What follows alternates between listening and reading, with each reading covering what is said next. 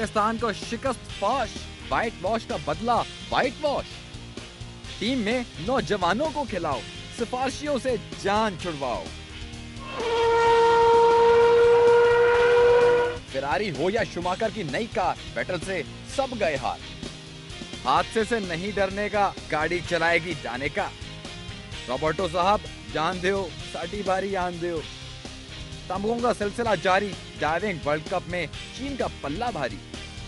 एक गोल भी ना कर सकोगे आप, आइस हॉकी पर पेंगुइन का राज।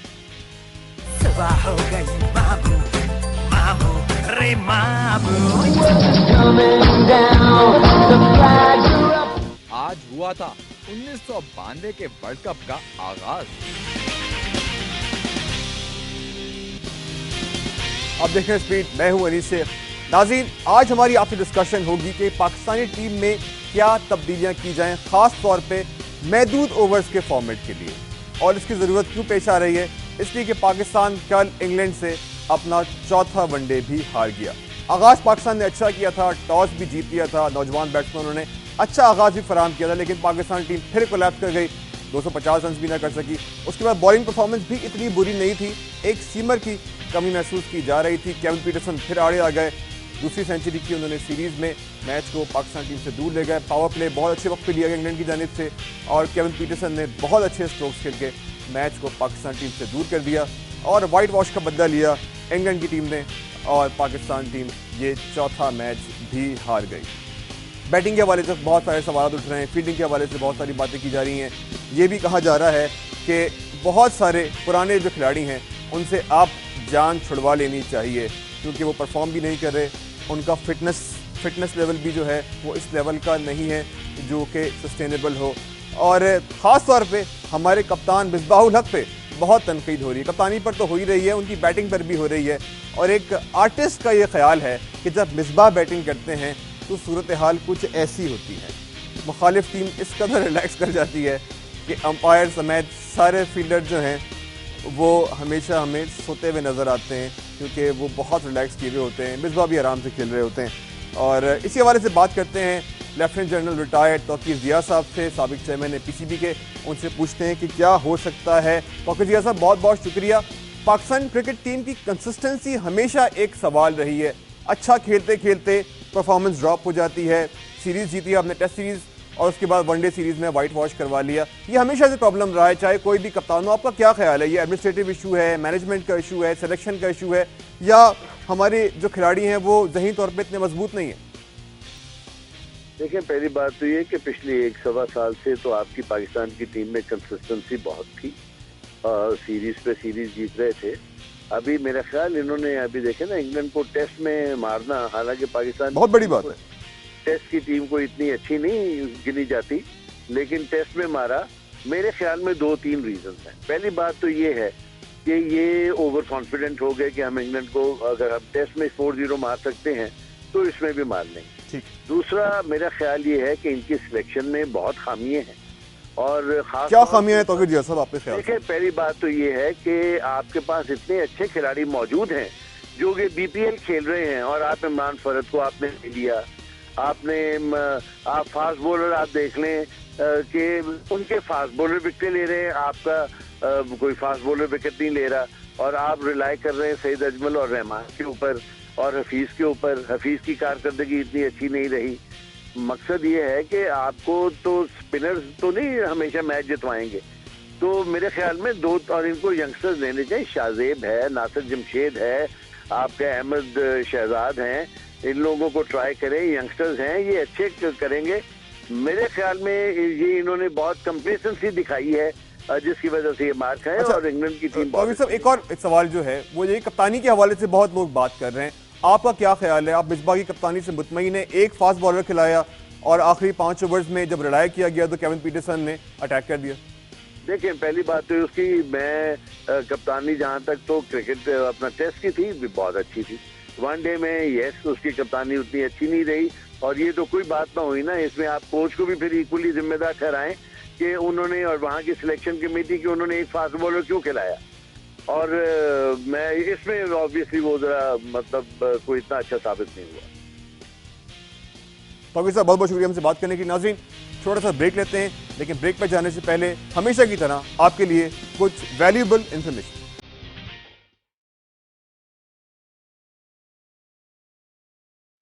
क्या आप जानते हैं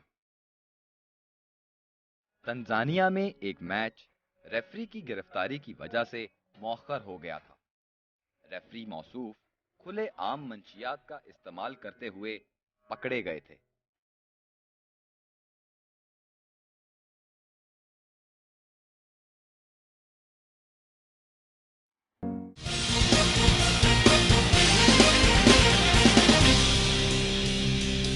वेलकम बैक नाज़रीन। और साउथ अफ्रीका ने न्यूजीलैंड को हरा दिया T20 मैच में और सीरीज जीत ली। जनूबी अफ्रीका ने न्यूजीलैंड को तीसरे T20 में हराकर सीरीज 2-1 से जीत ली। पहले खेलते हुए जनूबी अफ्रीका ने मुकर्ररा ओवर्स में 165 रन बनाए। पिछले मैच के हीरो लेवी सिर्फ 11 रन बना सके। आमला ने 32 और डोमिनी ने 38 रन जोड़े। जवाब में न्यूजीलैंड की टीम सिर्फ 3 रन की दूरी पर हार मान गई और मुकर्ररा ओवर्स में सिर्फ 162 रन ही बना सकी। जैसी राइडर 52 रन बनाकर नुमाया रहे। नाज़रीन, एक लाइव कॉलर हमारे साथ मौजूद हैं, खुर्शीद साहब हैं अटक से। आइए उनसे बात करते हैं। जी खुर्शीद साहब, क्या ख्याल है आपका, क्या तब्दीलियां होनी चाहिए पाकिस्तान क्रिकेट टीम में? जी खुर्शीद साहब, आपको मेरी आवाज आ रही है? मुझे लग रहा है कॉल ड्रॉप हो गई है। क्रिकेट के बारे में मजीद बात कर लेते हैं। जेफ लॉसन पुराने खिलाड़ी हैं, ऑस्ट्रेलिया के फास्ट बॉलर थे। उनका यह ख्याल है कि रिकी पॉन्टिंग को अब क्रिकेट छोड़ देनी चाहिए।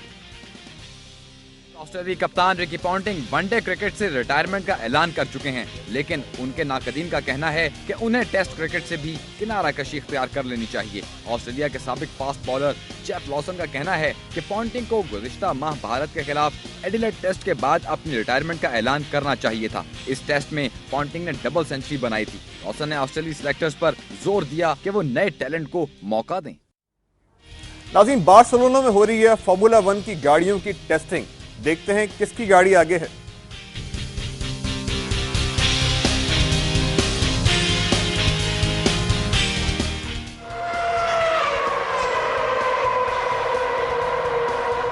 आलमी चैंपियन सेबेस्टियन वेटल बार्सिलोना में टेस्टिंग के दौरान रेस के तमाम ड्राइवरों से आगे रहे। टेस्टिंग के दूसरे हफ्ते के दौरान जर्मन ड्राइवर ने अपने मुखालिफिन को अपने अज़ाइम का वाज़ेह पैगाम दे दिया है। उनकी तैयारियां निहायत आला दर्जे की नजर आ रही हैं और उन्हें हराना आसान न होगा। दूसरे नंबर पर आने वाले नेको से वो इशारिया 1.7 सेकंड आगे रहे। नेको हल्कनबर्ग फोर्स इंडिया की जानिब से शानदार कारकर्दगी पेश करते हुए दूसरे नंबर पर रहे। मर्सिडीज चलाने वाले साबिक आलमी चैंपियन माइकल शूमाकर छठे नंबर पर रहे। शूमाकर 6 मरतबा आलमी चैंपियन बनने का एजाज रखते हैं।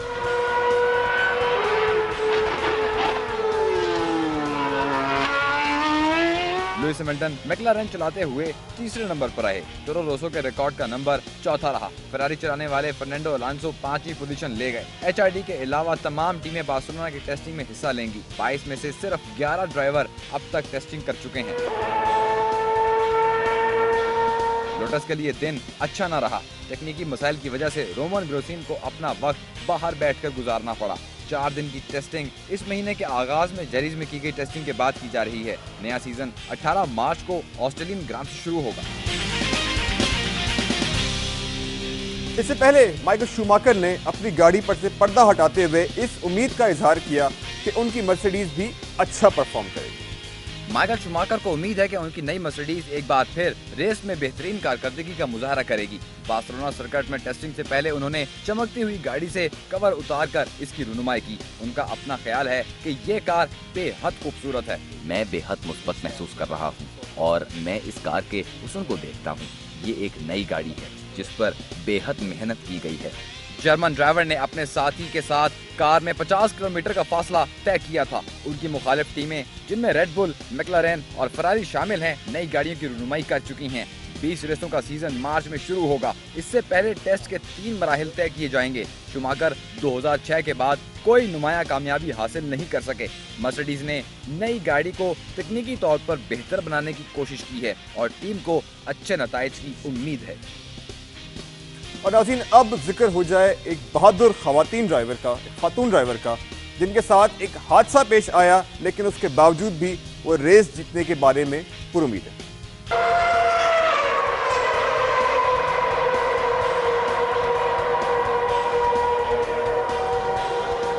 जानिका पैट्रिक डेटोना रेस में आगाज से हिस्सा लेने वाली सिर्फ तीसरी खातून होंगी। 2010 में नास्कार रैली में हादसे का शिकार होने के बाद इनकी तवक्को है कि ये रेस उनकी ज़हनी मजबूती का इम्तहान साबित होगी। जानिका पैट्रिक अच्छाम फल्की से बड़ी उम्मीदें वाबस्ता किए बैठी हैं। उनके ख्याल से अगर सितारों की चाल मुवाफिक रही तो वो डेटोना 500 जीत सकती हैं। सिर्फ 5 फुट 2 इंच कद और 105 पाउंड वजन रखने वाली पैट्रिक पिछले साल ट्रेवर बैन की फतह से परेशान हुई। ताहम वो जानती हैं कि अभी भी बहुत सा काम बाकी है। अगर सब कुछ ठीक हो गया, मेरा होम सही रहा, गाड़ी आरामदेह हुई और सितारे मेहरबान रहे तो ये एक अच्छा मौका होगा। नाज़रीन, एक लाइव कॉलर हमारे साथ मौजूद है, आइए उनसे बात करते हैं। अस्सलाम वालेकुम। वालेकुम अस्सलाम। कौन सा बात कर रहे हैं, कहाँ से?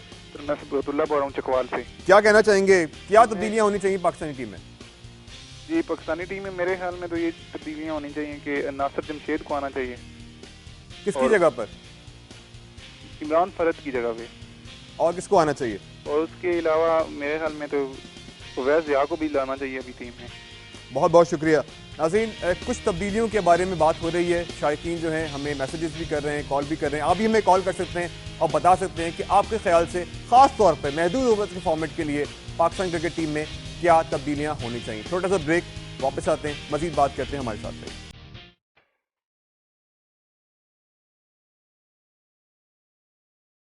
जैक्स प्लांटे कहते हैं गोल कीपिंग भी एक नौकरी है जिसमें हर गलती पर आपको लाखों लोग गालियां देते हैं।